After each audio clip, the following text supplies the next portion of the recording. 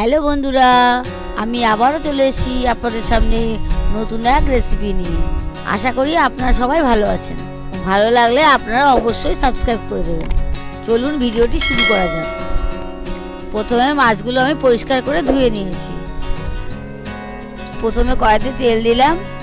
তেলটা গরম হতে থাকুক, আমি ততক্ষণে মাছটার মধ্যে লবণ আর হলুদ মাখিয়ে নিই। 1 চামচ হলুদ আর 1 চামচ লবণ দিয়ে দিলাম, দিয়ে এটা আমি মাখিয়ে নিলাম।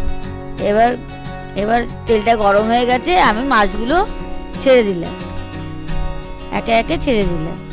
এর মধ্যে 8খানা পিস আছে, আমি প্রথমে 4টে মাছ ছেড়ে দিলাম।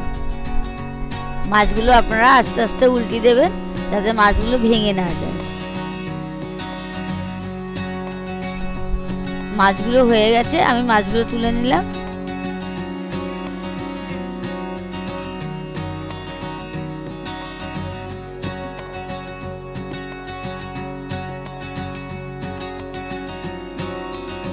বাকি মাছগুলো আমি দিয়ে দেব।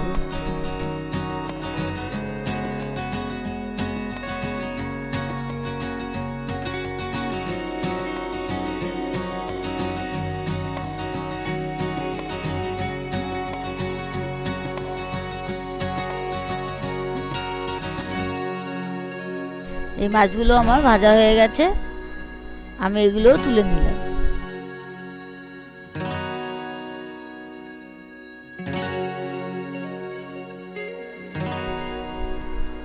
মাছগুলো আমার সব ভাজা হয়ে গেছে।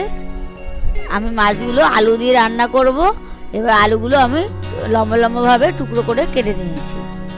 এবার কড়াইতে আমি 2টো শুকনো লঙ্কা আর কতগুলো গোটা জিরা দিয়ে দিলাম, দিয়ে আমি আলুগুলো ছেড়ে দিলাম।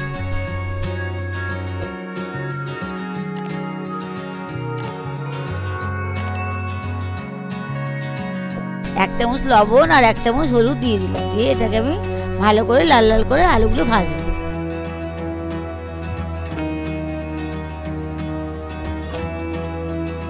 দুটো পেঁয়াজ আর আদা বেটে রেখেছিলাম, আমি দিয়ে দিলাম।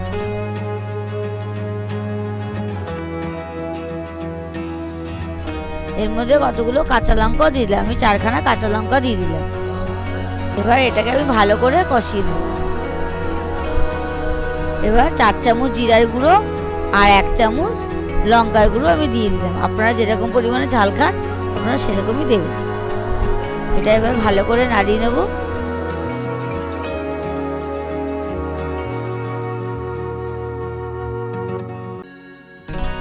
নাড়ানো হয়ে গেছে, আমি এবার জল দিয়ে দিলাম।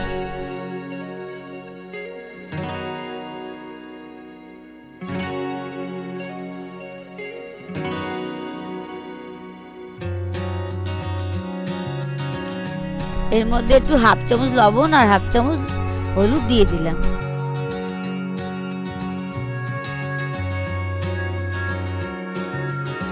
ঝোলটা ফুটে উঠেছে, একটু আলুটা সিদ্ধ হলে এই মাছগুলো দিয়ে দেবো।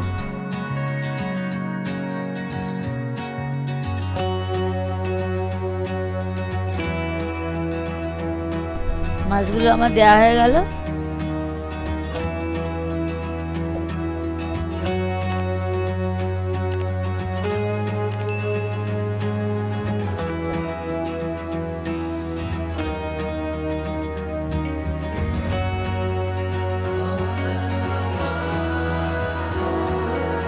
এর মধ্যে ধনেপাতা কুচিগুলো আমি দিয়ে দিলাম। এটা ভালো করে নাড়াচাড়া করে নিয়ে আমি এটা নামিয়ে নিই।